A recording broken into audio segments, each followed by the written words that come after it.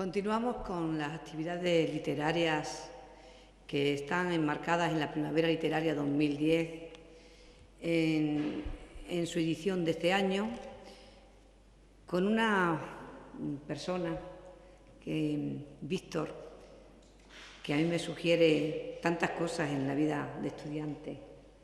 Cuando yo digo que te estudiaba, pero no porque te estudiara a lo mejor en los libros, sino que también en la vida misma, cuando nos hacía sentir aquellas cosas por Extremadura, que fue además para mí uno de los escritores que me hizo a mí misma escribir sobre mi tierra y amarla más desde las letras. Entonces tenemos a Víctor, que como yo digo es de la casa, sin el cómo, es de la casa. Bienvenido, Víctor, de nuevo a esta Primavera Literaria. Muchísimas gracias por haber aceptado de nuevo participar en este evento, presentando tu pasión extremeña en 13 actos, aunque haya pasado ya la pasión de la Semana Santa, pero esta es la pasión de Extremadura, del hacer y el quehacer de los extremeños, como las diferencias que hay entre unos pueblos y otros, y el hecho extremeño como es, ¿no? Bienvenido de nuevo a nuestra ciudad, aunque siempre estés en ella, y bienvenido a esta Primavera Literaria, y bienvenida a Pilar, que sabemos que has sacado un nuevo libro, pero tendrás la oportunidad de presentarlo aquí en Plasencia, y te agradezco también que participes en esta Primavera Literaria presentando a Víctor, y a los dos, en nombre de la concejalía y en mi nombre propio, pues os deseo muchísimos éxitos en estos libros que tenéis ahora y en los próximos que escribáis, porque seguramente que lo serán.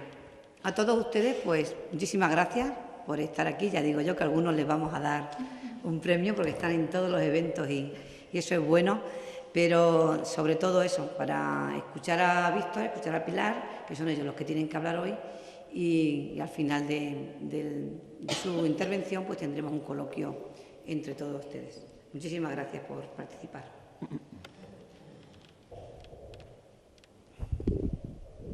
Muy buenas noches a todos. Y siempre, de verdad, siempre es un placer volver a Plasencia, es una ciudad que a mí me apasiona. Y siempre es un placer, de verdad, compartir estos momentos con ustedes y sobre todo es un placer presentar a Víctor Chamorro. Conocer al autor de libros que te han apasionado es a veces problemático, porque a veces decepciona conocer a los autores en persona o aburre o te encuentras delante de un engreído o de un hombre que está tan pagado de sí mismo que no se da cuenta de que mucho más importante que un crítico es un lector. Se puede escribir sin las críticas, ni buenas ni malas, sin aparecer en prensa, sin que te den tal o cual medalla, pero nunca se puede escribir sin lectores. Escribimos para que nos lean y el que diga lo contrario miente como un bellaco. Un libro no está completo sin que lo recibamos nosotros, ustedes, todos los lectores, y es a nosotros a quienes se nos debe el respeto de no aburrirnos, de no conseguir que cerremos el libro a la segunda página. La primera obligación que tiene un escritor es no aburrir al lector, atraparlo, empezando por el lector que lleva dentro. Si lo aburre, aburrirá a todos los demás. Y tampoco se pueden escribir libros que supongan una falta de respeto, y no se puede escribir mal ni con incorrecciones lingüísticas por pura moda, y sobre todo, de verdad, no se puede fallar a la gente en el cara a cara, cuando se acercan a ti para que les firmes un libro, para preguntarte, o cuando la gente te rodea cariñosamente al final de una charla. Por eso, a veces, de verdad, resulta complicado que te gusten a la vez el escritor y la obra, la persona y la obra que ha hecho. Pero en Víctor no hay trampa ni cartón, es lo que uno ve. Y no hay dobles sentidos ni en su presencia ni en su literatura. Yo he visto y he vivido cómo trata a los lectores, a la gente de los talleres literarios, a los alumnos de los institutos a los que he ido. Víctor es un hombre bueno, ahora que parece tan desprestigiado este adjetivo, y además es un escritor bueno. Cuando yo le conocí esperaba encontrarme con un autor embarado, o al menos un poco pagado de sí mismo, después de haber recibido tantísimos premios y haber quedado finalista en El Planeta, y descubrí un escritor sobre todo humilde y afectuoso, irónico y sabio, con ese humor que a mí me gusta mucho de Víctor, un humor cansado y sabio de quien mucho ha leído y mucho ha vivido, y con la conversación inteligente de quien tanto tiene que decir. Y sobre todo descubrí a un hombre enamorado de la que había sido su profesión y de las palabras, y que sentía un respeto infinito por los lectores. Así que con estos mimbres presentar su libro de verdad que es un lujo y un honor. Víctor Chamorro, no voy a contarles su extenso currículum, porque todos yo creo que lo conocen. Se licenció en Derecho y fue enseñante durante más de 30 años, que ya son años, y cuenta con una amplia obra literaria que además no está cerrada ni mucho menos. Prácticamente la mayoría de sus libros versan sobre Extremadura como un rasgo común, la denuncia de los males crónicos que han venido padeciéndose en esta región siglo tras siglo. A través de la ficción o de la documentación, ha levantado la voz una y otra vez contra las actuaciones del poder civil, del militar, del económico, del jurídico y del religioso, por lo común también avenidos, que han hecho recaer sobre buena parte de la población extremeña sufrimientos bastante considerables. Algunos títulos del autor son bastante explícitos: Las Urdes, Tierra sin tierra, Extremadura, afán de miseria, Los alumbrados, y los 8 volúmenes de su historia de Extremadura constituyen un ejemplo de creador comprometido. En esta línea de la que estamos hablando hay que situar Pasión extremeña en 13 actos. También aquí se busca dar cuenta de los padecimientos sufridos en estos territorios desde la época prerromana hasta años recientes, por parte de una población que en ocasiones se ha rebelado contra la gente que la explotaba, aunque las más de las veces optó por el exilio o por el resignado silencio. El hambre de tierra en un sitio donde tanta permanecía inculta, yo creo que ha sido la lacra de nuestra región. La historia de Extremadura, dice Víctor, es una historia de melancolía que nos ha hecho universales, porque nuestro hecho diferencial, dice él, es haber sido una esponja que se exprime. Es un hecho que nunca ha sido contra nada ni contra nadie, ni una exhibición de un catálogo de carencias. Y a pesar de eso, este territorio con tan contrarias condiciones supo dar a luz innumerables figuras en todas las áreas del arte, de las ciencias y del pensamiento, que también están recogidas en este libro. Para contar todo esto, para que nada de nuestra historia se pierda, que es el fin de la escritura, Víctor ha escrito una mezcla de géneros: ensayo, novela, teatro, incluso poesía, en 13 actos. Él ha dicho que de 13, pero que podían haber sido más. Con esta obra se dirige a los jóvenes, a los que yo creo que se les puede explicar así la historia mucho más que en los libros de texto, y también escribe en el prólogo, que es un prólogo precioso, como homenaje a los abuelos republicanos que tienen ya preparados todos los trebejos para la transhumancia de otoño. Dice al final del libro, en esa especie de final circular que recoge el prólogo, que las cosas han cambiado, pero Pedro de Valencia, que es uno de los personajes más importantes, le dice al bracero con el que dialoga: no sé si lo que me estás contando me perturba o melancoliza. Decidme al menos si los niños comen. Y le contesta el bracero: todos tienen despensa y escuela, pero nadie les cuenta de la hambruna de que han venido. Para estas jóvenes, entre otros lectores, ha escrito Víctor su libro. Para mis alumnos, que son incapaces de nombrar más de un ministro de la democracia, o que han olvidado que lo que tienen se lo deben a los abuelos, al esfuerzo de las personas que les anteceden, que las conquistas sociales que creemos derechos milenarios tienen muy poquito tiempo, que están aún en pañales, y que cuando dicen paso de política, yo no voto, arrojan piedras contra un pasado que no conocen y que repercutirá siempre en su futuro. La educación de que ellos gozan ahora gratuitamente, las becas, la asistencia sanitaria, está hecha del hambre, del paludismo, de la sequía, de las luchas de ganaderos y agricultores y de los derechos de pernada y de inmigración. Si no saben de dónde vienen, difícilmente sabrán a dónde dirigirse. Quizá tenerlos desorientados beneficie al poder, sea cual sea, pero un pueblo que estudia y que conoce su historia sabe que tiene que dar gracias por lo que tiene y mantenerlo. Esta historia es la que trata de contar Víctor Chamorro. Una historia contada en escenas claramente ideológica, porque yo creo que la máxima de sin ir a estudio ya no vale para describir nuestra región. Si Unamuno cuenta la intrahistoria, él habla de los que nunca han tenido historia, porque aquí no solo ha habido espadas, sino también palabras. Somos una región de conquistadores, pero también aquí nació el teatro con Carvajal y Naharro. Y fuimos conquistadores, sí, viajamos a otros países, pero siglos más tarde hemos vuelto a emigrar en otras condiciones. No podemos olvidar nunca que hemos sido inmigrantes. Casi 1 millón de extremeños salieron fuera. Y ahora volvemos a recibir a los conquistados de entonces, sudamericanos que sufren el drama que sufrimos nosotros en los 60. Dice Víctor Chamorro: familias amputadas, hijos al cuidado de abuelos, héroes anónimos en países distintos. Este libro nos enseña que no podemos mirar a nadie por encima del hombro, y mucho menos ahora mismo, que vuelven a emigrar a Francia los temporeros que han dejado la construcción, y los propios obreros del pueblo donde yo trabajo, de Arroyo de la Luz, por ejemplo, viajan a Madrid, a Barcelona, incluso a los países árabes, Y así me decía una madre el otro día: Pilar, yo me he criado sin padre porque estaba en Alemania y mi hija se va a criar sin el suyo. Concluye el capítulo de la inmigración con una frase también de Pedro de Valencia: toda sangre de los hombres es una, que es la gran tesis antirracista europea formulada en tiempos de Indias. Además de esta concepción de la historia, que a mí me parece una concepción tremendamente moderna, el libro sobre todo refleja un amor enorme por la palabra exacta. Hay un párrafo precioso de Neruda que dice que los conquistadores por donde pasaban quedaba arrasada la tierra, pero a los bárbaros se les caían de las botas, de los yelmos, las palabras que quedaron aquí como gemas resplandecientes. Salimos perdiendo, salimos ganando, se llevaron el oro y nos dejaron el oro, nos dejaron las palabras. A mí de la prosa de Víctor me fascina sobre todo el uso que hace de los adjetivos. Yo siempre he dicho, y lo he dicho en otras presentaciones de Víctor, hay que tener un infinito cuidado con los adjetivos porque expresan la opinión del autor. Los nombres nombran. Hay que discernir el alma de las palabras, buscar la palabra exacta, porque como Flaubert o Guy de Maupassant, defensores de la teoría de la palabra justa, Víctor cree que para cualquier cosa que se quiera decir hay una palabra para expresarla, un verbo para animarla y un adjetivo para calificarla. El mar no puede ser simplemente bonito, les decía a mis alumnos del taller. Si uno tiene que calificar el mar con un adjetivo, tiene que quebrarse la cabeza y no puede decir nunca que es solo bonito.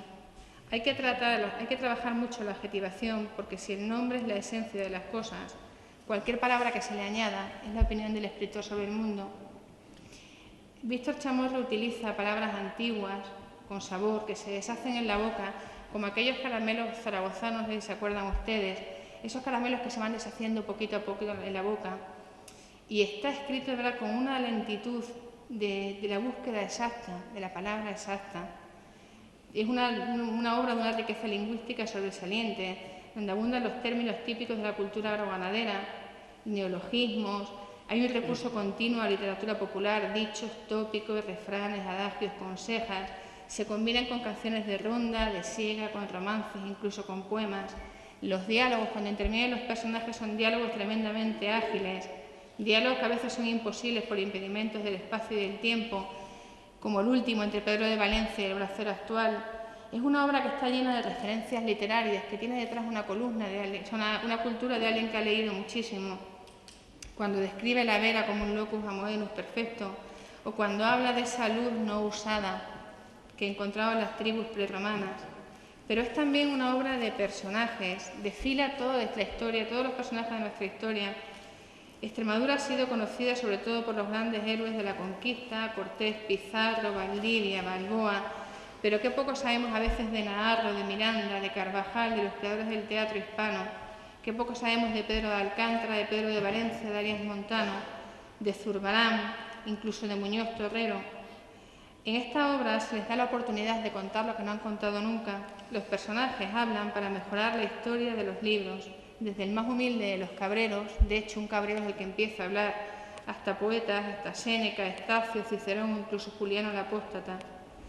Dice el autor que esta obra es un riesgo, y yo estoy completamente de acuerdo con él, lo que dice, que en literatura no puedes estar aplicando siempre la misma plantilla y que él no ha querido que cada obra sea, que cada obra sea diferente y no se parezca a ninguna otra. Cuando deseaba expresar, dice, lo que siento por Extremadura, pensé que sería bueno echar mano de gente que ha muerto y expresar el contraste de pareceres y las diferentes maneras de hablar en su tierra. Entre todos los personajes se nota un especial amor, una especial admiración por Pedro de Valencia, que se atreve a alzar la voz contra la xenofobia. Cuando el obispo Martín Salvatierra propone que se lleve a los moriscos a Terranova y se los deje allí, a ser posible, capándolos antes para que no procreen, él contesta, son españoles laboriosos y hay que integrarlos en la población española. Y estas opiniones que muchos creemos modernas tienen siglos. También se nota una especial admiración por Arias Montano, cuando le hace hablar y dice, vuestras ideas son tan claras que la Madre Iglesia se propuso no llegasen nunca al desheredado por el procedimiento sencillo de que nunca aprendiera a leer. Tierra para el jornalero sí, pero solo después de la muerte, tierra eterna. Especial quizá por lo bien que lo describe es el capítulo dedicado a Carlos V. Dice de Carlos V que es un injerto de neblina teutona en la placenta mesetaria de Juana. Su cabeza está agostada por la flama que desquició a Quijano. y nos presenta a un emperador humano, nada que ver con el emperador de la historia, un hombre que está hastiado de todo y que va descubriendo la verdadera percepción de las cosas, un hombre que se va haciendo humano en los diálogos con Quijada y un hombre además que tiene sentido del humor cuando dice: yo quiero comer como come el pueblo, y le contesta Quijada: el pueblo, señor, come escasito, y dice: bueno, yo quiero comer como cuando casa una hija. Y es que al aprendiz de asceta que se encierra en un monasterio se le escapa, como dice el autor, la vena dionisíaca, porque quiere salvar el alma pero sin doblegar el cuerpo, y por eso rechaza el hábito diciendo que la cogulla la va a llevar en el alma. Este capítulo es de los pocos que se cierra con optimismo. Dice que la sombra de Carlos se alarga sustituyendo el hierro por el cemento que fragua, y ya a Lutero no le duele y los espectros regresaron a los lienzos.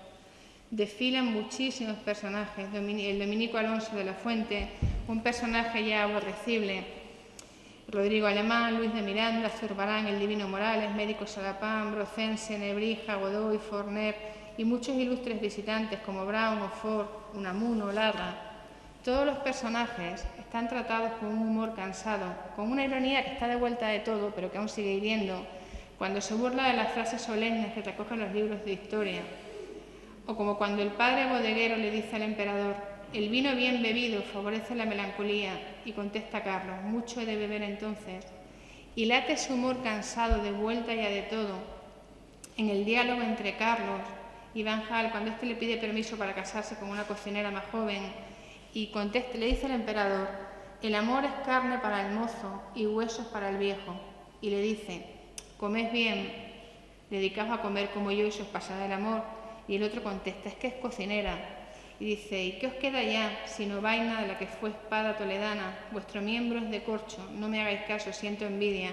Y le contesta el otro: envidia sana. Y dice: no, canina.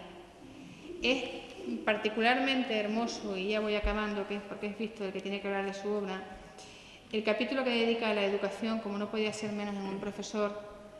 Habla Luis Bello, que editó el libro Viajes por las Escuelas de España, y habla de las extremeñas como las peores: maestros sin título, desvanes y cocheras convertidas en aula, 2 mesas en las que los niños escriben por turnos, lugares en los que la escuela es a la vez cárcel y ayuntamiento. En este panorama también aparecen figuras placentinas como Agustín Sánchez Rodrigo, de que cuenta Víctor que abrió una librería y que, aunque no vendió libros, le dio tiempo a leerlos todos, y escribió el método de rayas, un método con el que los niños aprendieron a escribir sin palmetazos, sin tirones de orejas, sin bofetadas, sin que les colgaran orejas de burro, porque la letra con sangre no entra, y tendremos aulas con niños felices. Dice Agustín Sánchez Rodrigo: sin palabras el sernos humano, enseñar palabras que descubran cosas, no operarlas para que digan lo contrario, la palabra exacta en el lugar exacto. No hay palabras mejores ni peores, no hay palabrotas ni blasfemias, solo palabras mal colocadas. No saber y no ver es lo mismo. La primera obra de misericordia debería ser enseñar a leer. Al final de todo, Víctor nos cuenta que la emigración ha cesado, que las cosas parece que están más calmadas, y en esa estructura circular hablan de nuevo Pedro de Valencia y un bracero, y Víctor resume en un párrafo dónde acabó todo. Se han mudado los ropajes, pero los personajes siguen siendo los mismos. A esta pasión le falta, yo creo, el capítulo final que está por llegar, que debería llegar de una vez, para que la conciencia extremeña despierte de un sopor de jornaleros sin tierra que trabajar y de jóvenes que han olvidado de dónde vienen. Y yo creo que la lectura de este libro contribuirá a que despertemos. Para Chamorro, su obra es un homenaje a los sobrevivientes de una forma de mirar la vida y de contarla, con llaneza y cercanía. Se lo debemos, ese despertar, a cada uno de los personajes del libro, a todos los que han preparado nuestra vida de ahora, como homenaje a los abuelos republicanos que tienen ya preparados todos los trebejos para la transhumancia de otoño. Si la historia es maestra de la vida, como dice Cicerón, que también aparece en el libro, un maestro o un profesor como Víctor ha vuelto a darnos una increíble lección de historia, y espero que sepamos aprovecharla. Muchas gracias.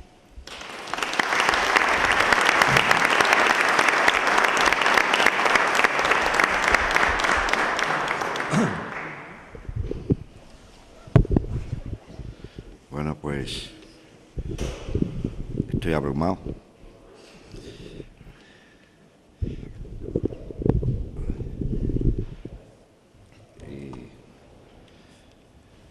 muchas gracias, Flor.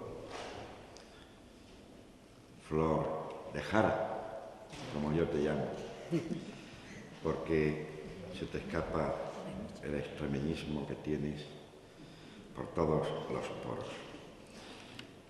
Muchas gracias por traerme otro año más a esta fiesta del libro de primavera y sígueme trayendo.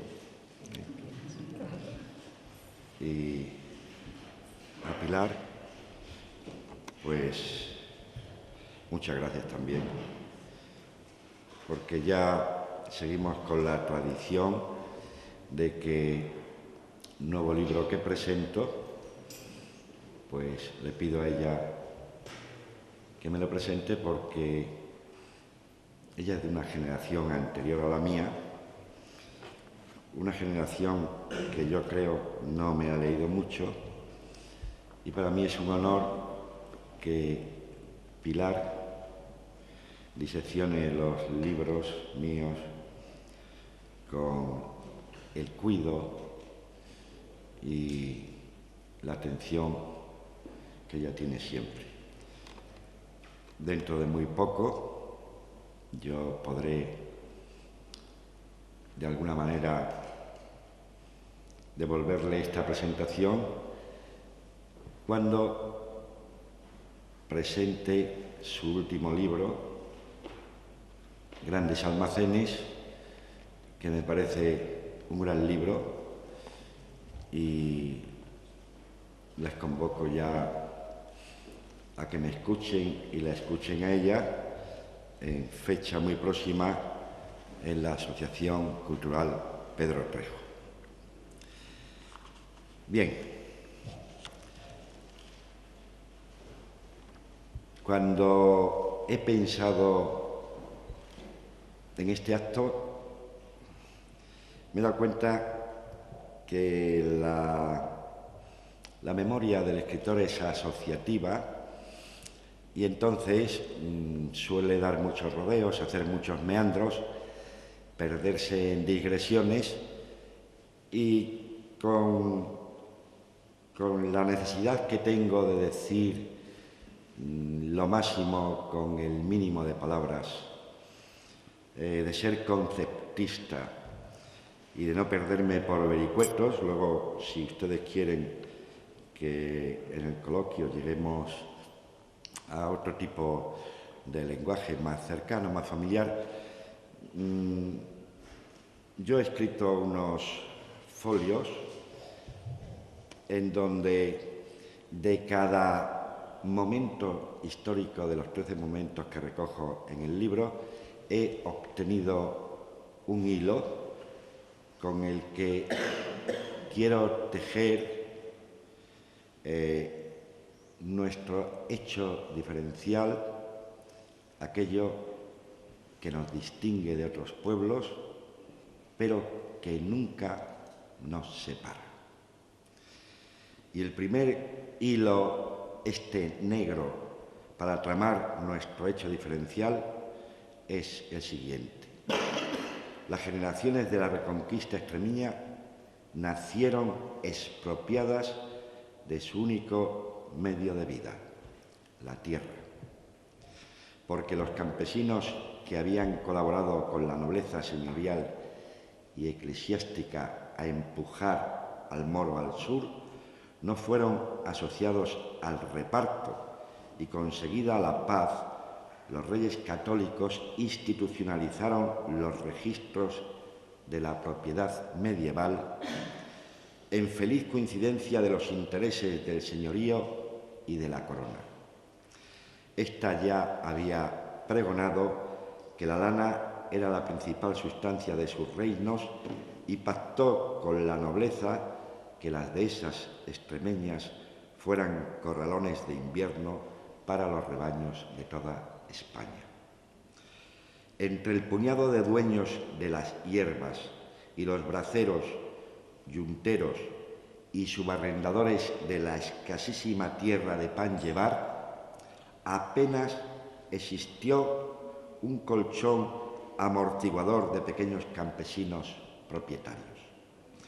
Esta Extremadura de la codicia, surgida de la Edad Media, generó por estrangulación las otras dos, la del que se quedó en la tierra y la del que emigró, componiendo una tríada de compartimentos sin trasvase hasta la Segunda República. Hasta la Segunda República, solo la primera tuvo voz y capacidad decisoria, siendo las otras dos meros atrezos semovientes.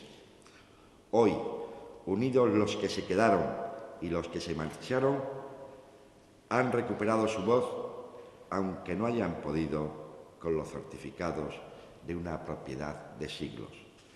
Al menos estos propietarios perdieron la propiedad sobre el paisaje. Ya no pueden cambiarlo, ni destruirlo, ni afearlo, ni tiznarlo, ni minarlo con escorias de muerte lenta, porque el pueblo decidió que la dehesa y los bosques más paradigmáticos fuesen patrimonio de la humanidad.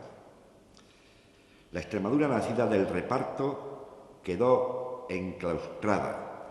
El aislamiento se podría atemperar trazando caminos reales, pero lo que aquel territorio semicolonial recibió fueron los mejores cordeles, cañadas y veredas de la Europa ovejuna para que en Extremadura entrasen y saliesen anualmente 6 millones de cabezas trashumantes.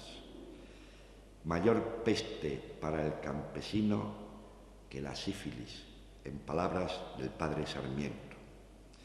Porque desde los Reyes Católicos a la Segunda República, cuando hubo hambre en España, en Extremadura fue hambruna. Y cuando hubo enfermedad, en Extremadura fue pandemia. He aquí otro hilo negro para la trama de nuestro hecho diferencial. La dehesa como factoría de paro, paludismo y langosta en tierras que no conocían el arado. También en las ondulaciones de la dehesa, en sus badenes y quebradas, se almacenó el agua de las lluvias invernales y allí ponía sus huevos el mosquito Anófeles hembra y su calentura se cebó en jornaleros sin acceso a la quinina. Generaciones y generaciones extremeñas de las que venimos fueron cigotos palúdicos en el claustro materno. Nacieron palúdicos, segaron palúdicos y murieron palúdicos sin haber disfrutado ni un solo día de salud. Con una temperatura corporal de 40 grados, se introducían en el horno de la siega con tal de no perderse los jornales más sustanciosos del año agrícola. Muchos murieron de paro cardíaco. Pons, en su libro Viaje a España, endulzó el certificado de defunción. Muerte por sofoco. También padecieron el sofoco muchos niños botijeros. Aquella pandemia palúdica pudo ser atajada drenándose las lagunas, pero los dueños de la tierra se negaron a cualquier desembolso porque los desniveles constituían excelentes abrevaderos gratuitos y, por otra parte, el mosquito calenturiento respetaba a todos los animales de vista baja. Las muertes que produjo el paludismo fueron en Extremadura partes de guerra hasta Antiel. Y a esta región se la conoció como Cuba la Chica y la Manigua. El mosquito solo daba la puntilla a organismos depauperados por el hambre. Pero pese a la hambruna y al extensísimo catálogo de enfermedades medievales, los nacimientos se impusieron a la muerte y en ocasiones el crecimiento vegetativo obligó a abrir el pistón de una caldera de parados a punto de reventar. Fue la primera gran hemorragia a Indias. Aquellos adelantados de Indias allí cumplieron las palabras de un extremeño universal, Pedro de Valencia, autor de la gran metáfora globalizadora. Toda sangre es una. Y en siglos de patológica obsesión de limpieza de sangre inquisitorial, los capitanes extremeños proclamaron en Indias la universalidad del mestizaje. No se acostaron con las indias, durmieron con ellas, se casaron con ellas y cuando no fue posible el matrimonio, legitimaron la prole bastarda. Son los pioneros del primer y más grande mestizaje de que tiene memoria la historia.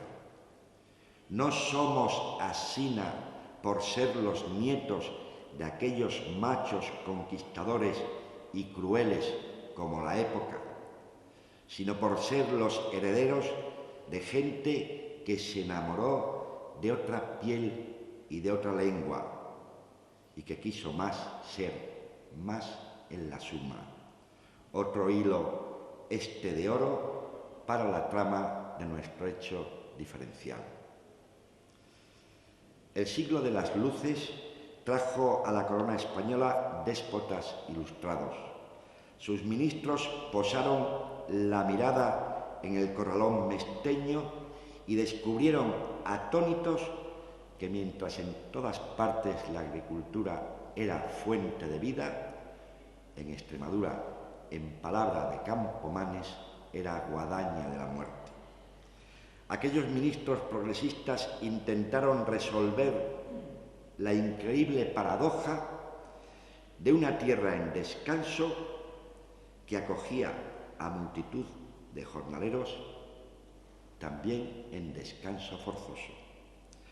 Los ilustrados habían leído a Pedro de Valencia: la tierra se había de dar al que no la tuviera, y así se evitaría que el desposeído fuese protagonista de la amarga conseja del desarraigo: nacer en Cáceres y morir en cualquier parte, o Extremadura mi natura, y América mi aventura y mi sepultura. Intentaron los ilustrados modificar estructuras agrarias patriarcales, boceteando una reforma agraria que apenas rozase la propiedad. Se limitaría a poner en producción agrícola tierras arrebatadas al bosque o las peores en manos muertas. La reacción del señorío laico y religioso fue violenta e incluso recurrieron a la Inquisición, que colocó la lupa sobre una ideología sospechosa que incitaba a ideas de igualdad, cuando en los planes divinos entraron ricos y pobres, y solo en este contexto de desigualdad triunfaría la caridad evangélica. Mientras los ilustrados querían traducir la caridad a leyes. La Extremadura profunda, que nunca supo de Renacimiento, luces, enciclopedia y revolución industrial, debía proseguir como territorio horaciano, preservada del contagio de las urbes industriales. A los obreros, en espera de azarosas peonadas, se les inculcó desde los púlpitos una mansedumbre que desactivara su rencor de verse morir y de ver morir a sus hijos de enfermedades e inanición. Les decían: los hambrientos terminaréis hartos, los mansos poseeréis las dehesas en donde viven los corderos pascuales. La vida terrena es un miserable parpadeo de ojos palúdicos, una vibración intrascendente.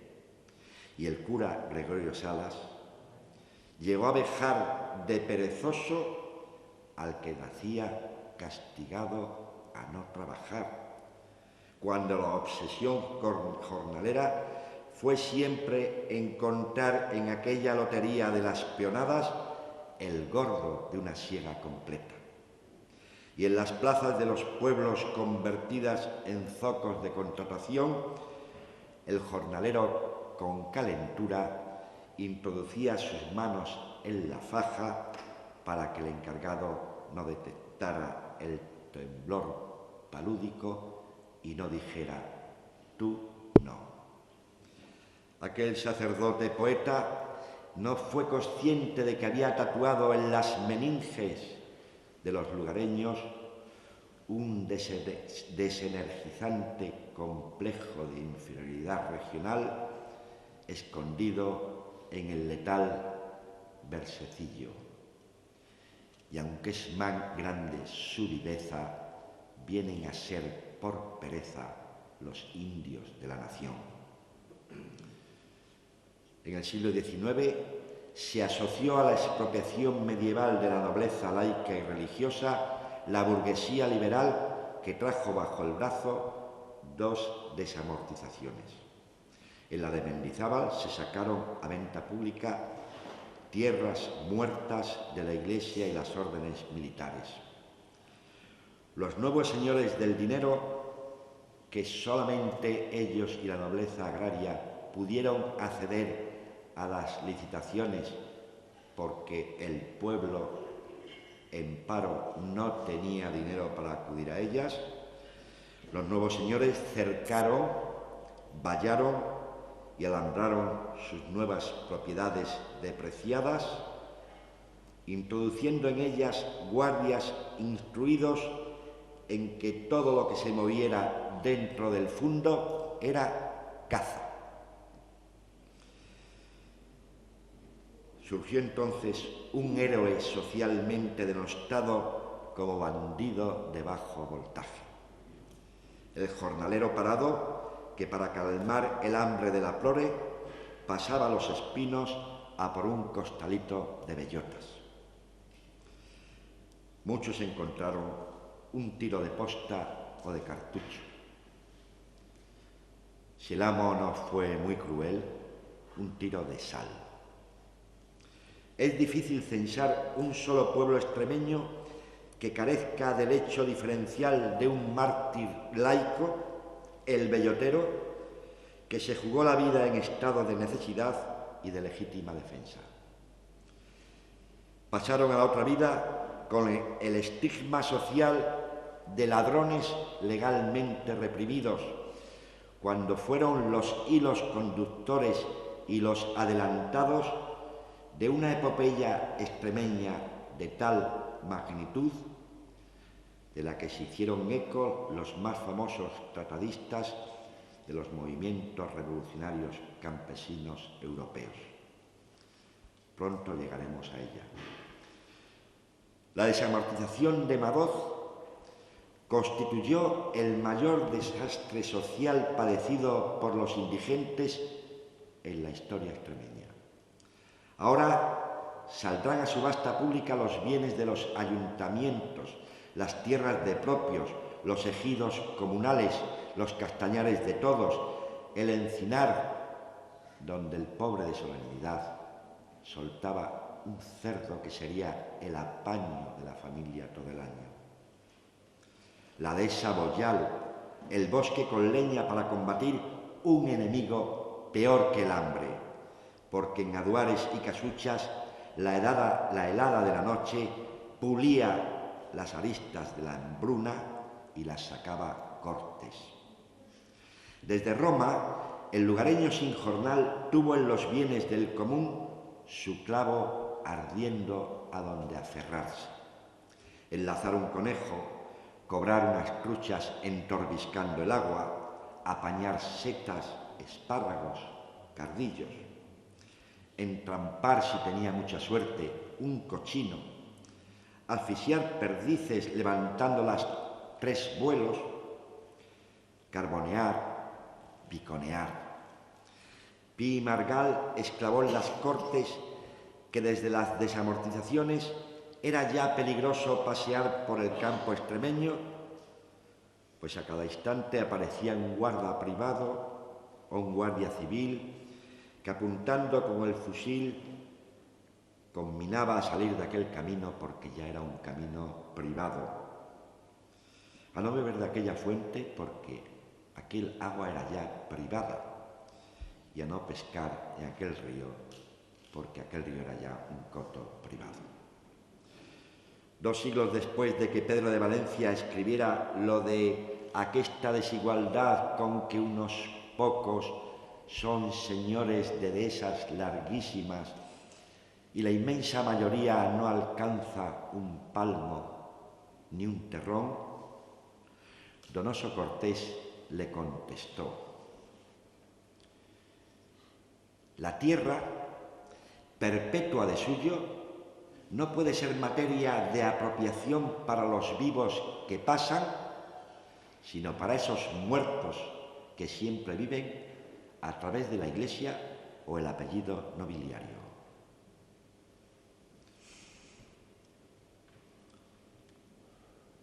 Y otro hilo negro para tramar nuestro hecho diferencial fue que Extremadura se constituyó en la casa solariega del cacique y en el cordón umbilical que unía la ruralidad con el gobierno de las democracias liberales. Felipe Trigo, en su novela Jarrapallejos, se atrevió a sacar a la luz el historial clínico de un espécimen al que tanto conocía desde su trabajo como médico rural en Extremadura. El cacique, en el territorio donde se incrustaban entre sus dehesas pueblos y aldeas, sabía todo, lo conocía todo, no se movía una hoja sin ser de ello informado por un tejido de confidentes, ampones y esquiroles. Controlaba los ayuntamientos, juzgados, escuelas, bonetes y tricornios de su distrito y en tiempos de elecciones recaudaba el voto para su amo si era noble absentista. Controlaba el agua, los préstamos, los arriendos y las peonadas. Cuando hubo protestas por recortes de salarios o por escasez de siembra, reaccionó ordenando más tierra para hierbas. Era entonces la hambruna en su comarca. La única forma de huirle, emigrar o suicidarse. Peculiaridad de protesta arraigada en los pagos profundos, en donde ahorcarse en la viga del granero se hizo costumbre, o tirarse a un pozo para ahogar la terrible depresión del que quiere trabajar y no puede. Antes de que los poderes fácticos suicidaran a Felipe Trigo, sacó a la luz también la historia clínica de la región y lo hizo sin cloroformo. Un pueblo servil, aborregado, ignorante a la fuerza, venal e insolidario. Una clase dominante llena de vicios e inculta. Un clero disoluto en permanente alianza con los poderosos. Un campo sin roturar, plagado de langostas, que fuerza a emigrar. Unas pobres mujeres, carne barata para los garañones locales. Un pseudo progresista que al fin se somete al cacique. Un hombre bueno con ideales revolucionarios que termina huyendo. Y solo él se atrevió a acusar sin anestesia a los dueños de vidas y hacienda y anticipó los términos de gueto y genocidio.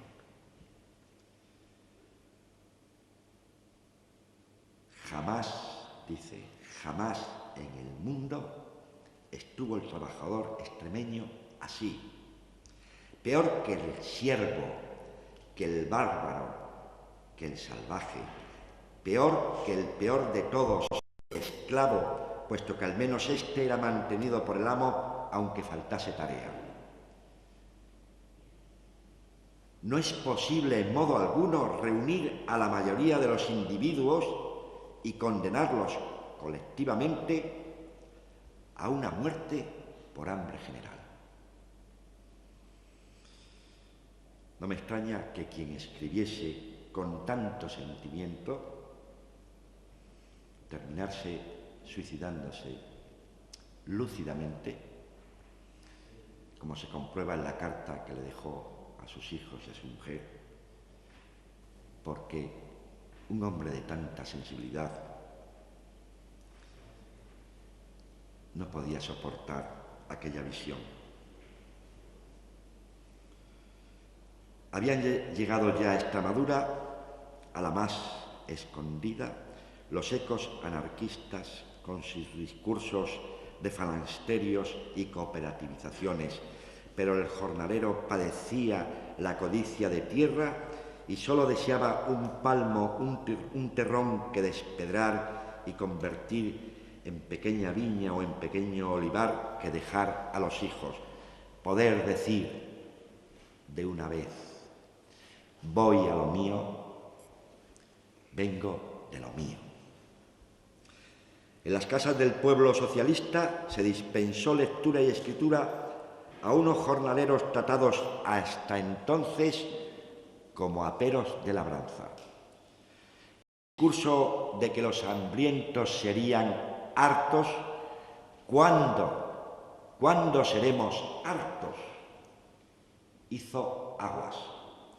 El de bienaventurados los mansos, porque ellos poseerían las dehesas de arriba, fue sustituido por bienaventurados los rebeldes, los belloteros, los ocupadores, porque conseguirán un trozo de tierra pisable y arable, mía.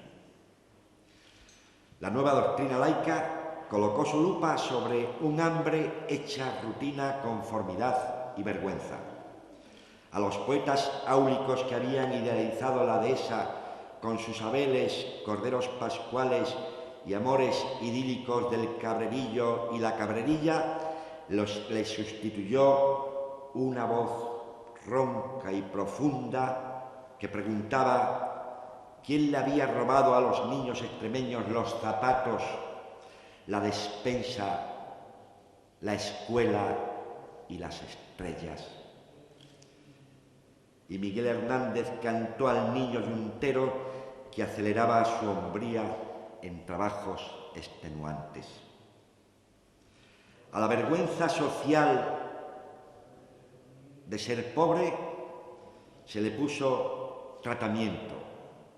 Se curaba con la conciencia de pertenecer a la clase olvidada, a las pobres gentes, a los humillados y ofendidos de Víctor Hugo, de Dickens y de Yorkie.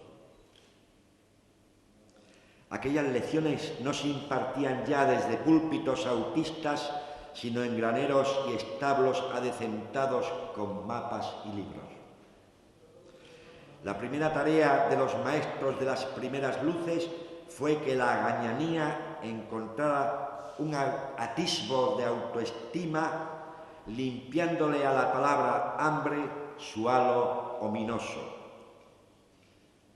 Que tuviesen vergüenza los que la provocaban, no los que la padecían.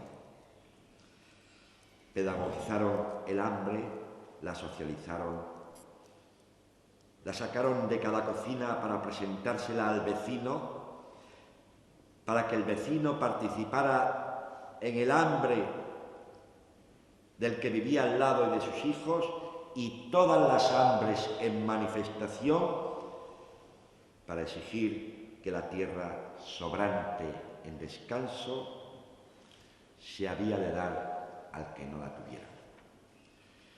La segunda tarea de estos profesores fue que el bracero conociera la cara del compañerismo que durante siglos se le había hurtado. El compañero fue el enemigo más cercano que te podía quitar la peonada por ser más joven o ser más sano. De este concepto se pasó a que el compañero era compan, el que compartía el mismo pan amargo de centeno. Y aquellos profesores pusieron luz en cabezas que siempre habían sido programadas para estar cerradas a cualquier idea. El paso del espíritu desunido anima a los extremeños del sacerdote Gregorio Salas a la solidaridad. Fue un salto en el vacío que se previno con redes. Había que evitar que tantas vejaciones históricas recién descubiertas de repente, se metabolizaran en un ajuste de cuentas incontrolable.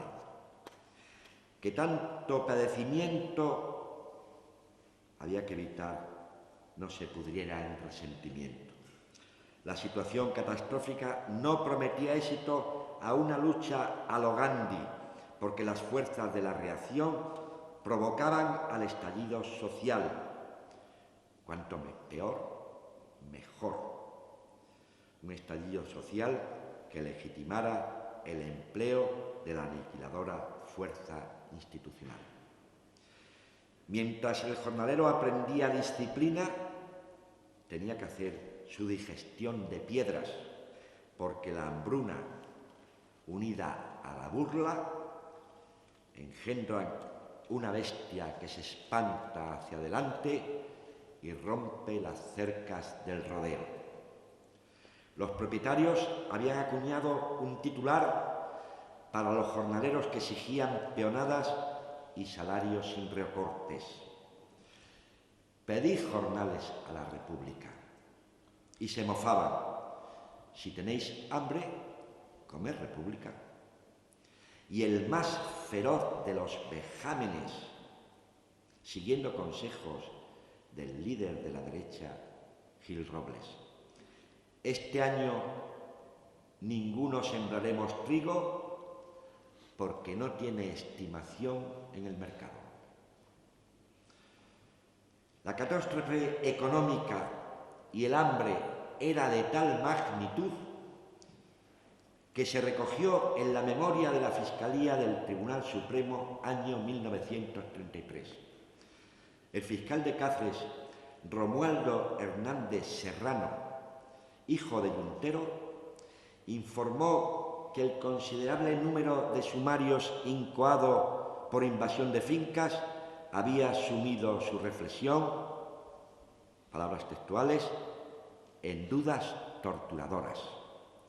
Según el fiscal, las ocupaciones debían de ser objeto de sobreseimiento por caer tales hechos en el ámbito de las circunstancias eximentes de estado de necesidad o del ejercicio legítimo de un derecho. Derecho a la legítima defensa, arar u otro año agrícola que se llevaría parte de la generación más depauperada. Los líderes socialistas se denodaban por impedir que pensasen las tripas. La jornalería afiliada a la Federación Nacional de los Trabajadores de la Tierra aprendió en un cursillo acelerado la estrategia de la frialdad, capaz de romper los esquemas de la derecha más incivil, que tenía sus cuarteles en la Extremadura de las villas profundas y de los burgos podridos. En el seno de esta federación, el yuntero se echó a la espalda al resto de los asalariados y tiró de ellos.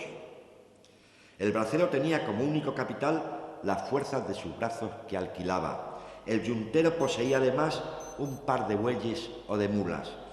Si no se returaba tierra para grano, no solo pasaría hambre su familia, sino también sus animales. Y el yuntero se desplazó hacia abajo para constituirse en cemento de la clase jornalera. Elías Ehrenburg, un escritor que venía de los hielos moscovitas, escribió que si alguien deseaba conocer la solidaridad en estado puro, visitara Extremadura, región en el limbo de la memoria española, en donde el bracero con peonada repartía el salario con otro compañero que, por más viejo o palúdico, había sido excluido del Tajo. Surgieron sin burocracia alguna, de manera natural, las cajas de resistencia de un hambre que ya no se escondía y que se utilizaba como dignidad reivindicativa. Y por fin llegamos, amigos, al hilo de oro bordado en nuestra trama diferencial, al acontecimiento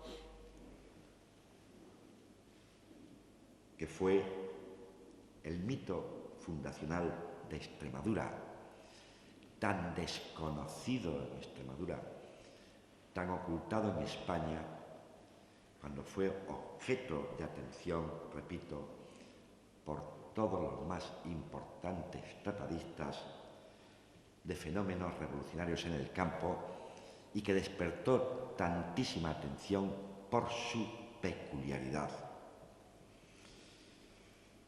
A las 5 de la madrugada del día 25 de marzo del año 1936, los campesinos varones badajocenses, unos tratadistas hablan de 70.000, otros de 80.000, estaban preparados para ocupar las 3.000 fincas señaladas por la Federación, que no deseaba fallos como los que se cometieron en la reciente huelga general del campo que perdieron.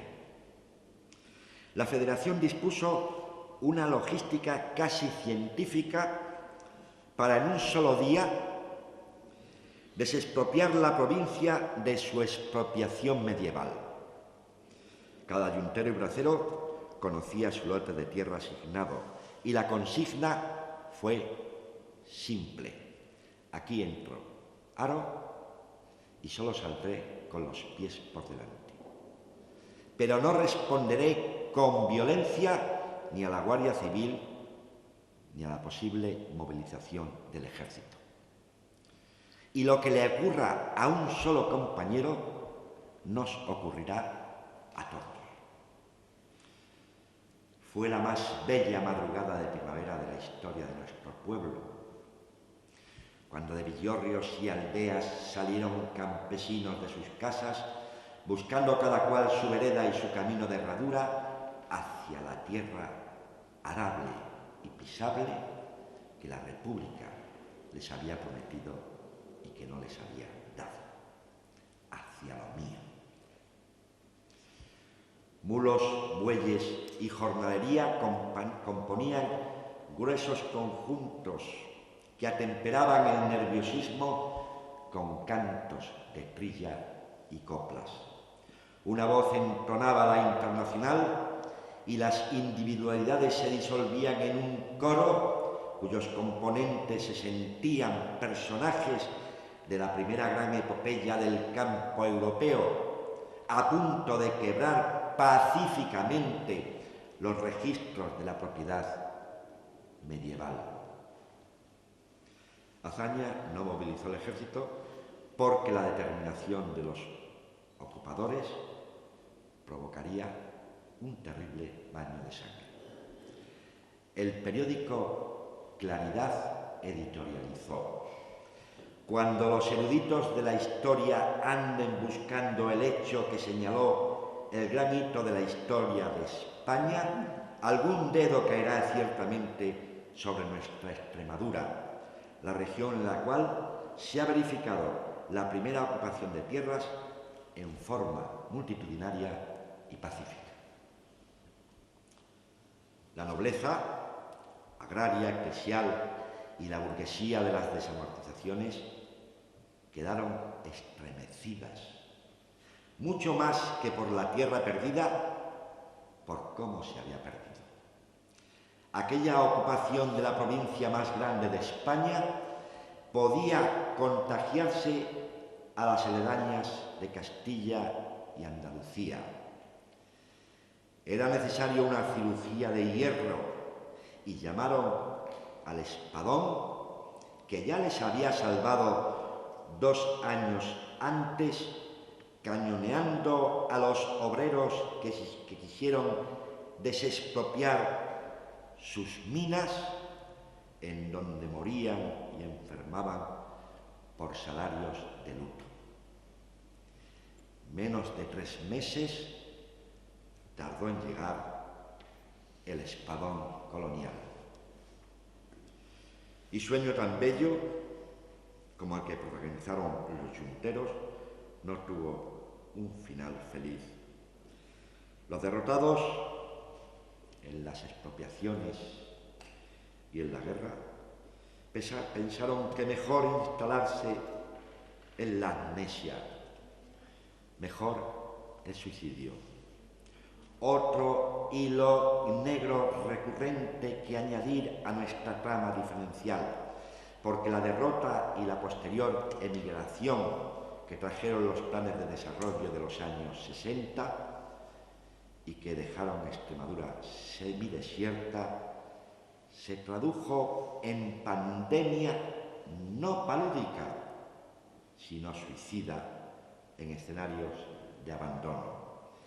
En el promo 3 de la Confederación de las Cajas de Ahorro se recogió esta singularidad mortuoria que la región asumió como regresar a su fatum indescifrable. Se dice en el tomo 3: es esencialmente significativo el incremento enorme que registran las tasas de suicidio en Extremadura entre la población de más de 60 años. Probablemente influya en esta situación el problema de la emigración masiva que sufre la región. En 1983, Extremadura estuvo a punto de conseguir la media de un suicidio diario entre confirmados y ocultos. Esto también se ocultó. Esta es la historia sumarial y sucinta de fatigas y dolores pasados por la alquimia de la dignidad que tejió un hecho diferencial propio y exclusivo.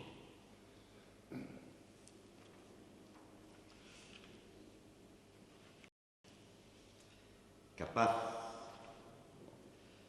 de disciplinar un temperamento de extremos, guadiana recurrente en nuestra historia, o fogonazos de relámpago que deslumbran pero que no alumbran, o luz biliosa de candil de pringue, largos desmayos musulmanes o energías febriles que nos llevaron a ser los primeros en Indias y el último de Filipinas, que fue extremeño.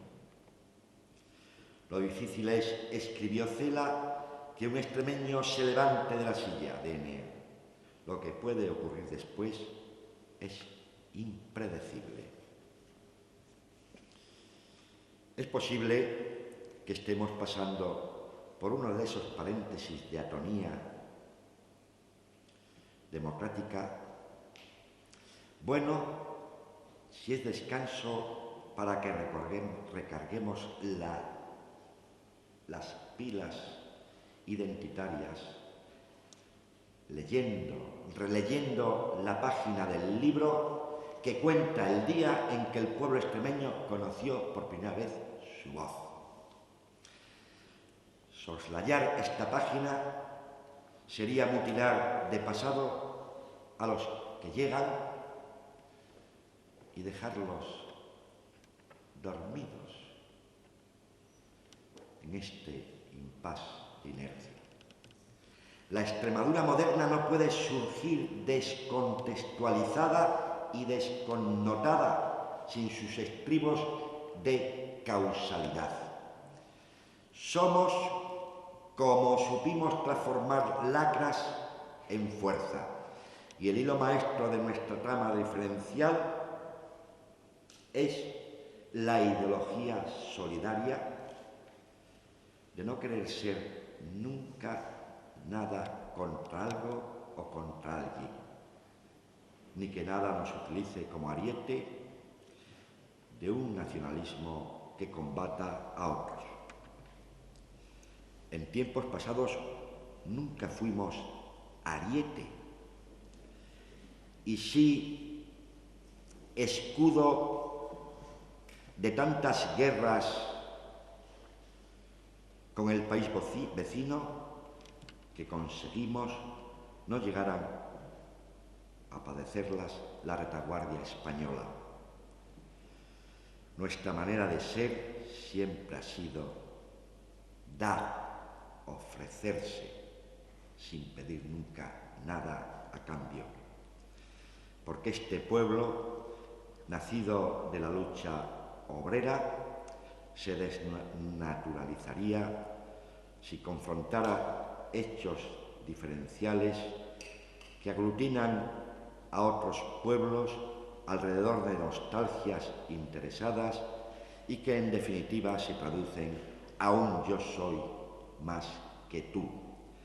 Le resultaría muy fácil al pueblo extremeño entrar en una guerra de lista de agravios históricos con los que podría empapelar el universo. El sentimiento de inferioridad regional y el hambre que nos inculcaron como vergüenza ya lo purgamos cuando los campesinos entendieron que yo soy más que tú, pero contigo. Extremadura se hizo más cuando fue un territorio pasillo tejido de calzadas, un cruce de caminos, un cóctel de sangres, y Mérida una aldea universal. Y se hizo menos cuando los señores la obligaron a dividirse en bandos. Se decía, dividirse en bandos, como los extremeños, o cuando la avergonzaron por un atraso no culpable. Este pueblo reencontró en la unidad yuntera el secreto de solapar las cuñas diferenciales. Somos la metáfora de una esponja que se llenó con otras diferencias y que ahita ella misma se exprime y se derrama. Un temperamento exógeno refractario a pelear por lindes, vallas, cercas y barreras que demasiadas padeció este pueblo. Todo pasado es prólogo, y ya voy a terminar. Un pueblo renuente a mirar al pasado olvida a los mayorales que tuvo y a los que aún conserva a punto ya de marcharse. No caigamos en la debileza de avergonzarnos de los trashogueros negros, hambre, enfermedad, inferioridad, de los que un día salimos, después de desollinarlos. Del estiércol siempre nace la mejor espiga. A los jóvenes que llegan y a los mayores a punto de marcharse, va dirigida esta pasión extremeña en 13 actos que ha seguido la trocha de sentencias, proverbios, consejas y refranes con los que nuestros mayores nos contaron sus pocas alegrías, sus muchas tristezas y la épica que nos ha hecho diferentes. El pueblo disfrutó siempre, el pueblo extremeño, de más coplas que ollas y de más refranes que panes, y en su fatiga se desahogó con pequeñitos evangelios que resumen una manera de ser ascética, ancha y pacífica, una manera de ser tantas veces manipulada. Nuestros mayores nos han dejado sus avatares escritos con el castellano más puro de Cervantes y con el conceptismo de Quevedo, que reflejó el pesimismo de un barroco que en Extremadura derivó a melancolía, no a nostalgia. Esta exige tristes quejas al pasado por lo que se llevó. Aquella lo recupera y pone clorofila nueva en la amarillenta fotografía machadiana, guardada en el arca, entre palabras nutricias, el mantón de 100 colores y un membrillo. Termino esta charla después de haber buscado entre tantos poetas el verso que más dignifique a esos mayores que nos dieron la identidad y que nos enseñaron a mestizarlo todo y a compartirlo todo. Y encuentro a un poeta mestizo, César Vallejo, que llegando a nuestra médula hace de nuestro pueblo la metáfora de pueblo elegido para educar en solidaridad al mundo. Hombre de Extremadura, oigo bajo tu piel el humo del lobo, el humo de la especie, el humo del niño, el humo solitario de los trigos, el humo del yuntero, el humo de Ginebra, el humo de Roma y el humo de Berlín, y el de París, y el humo de tu apéndice penoso, y el humo del que a fin sale el futuro. Extremeño, déjame verte desde este lobo, padecer por todos, pelear por todos y pelear para que el individuo sea un hombre, los señores sean hombres y hasta los animales sean hombres.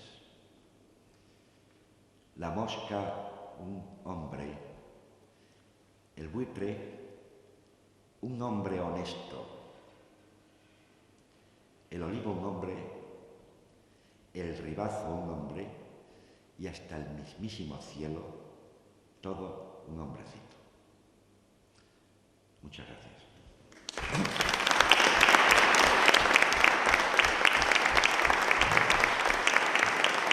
Bueno.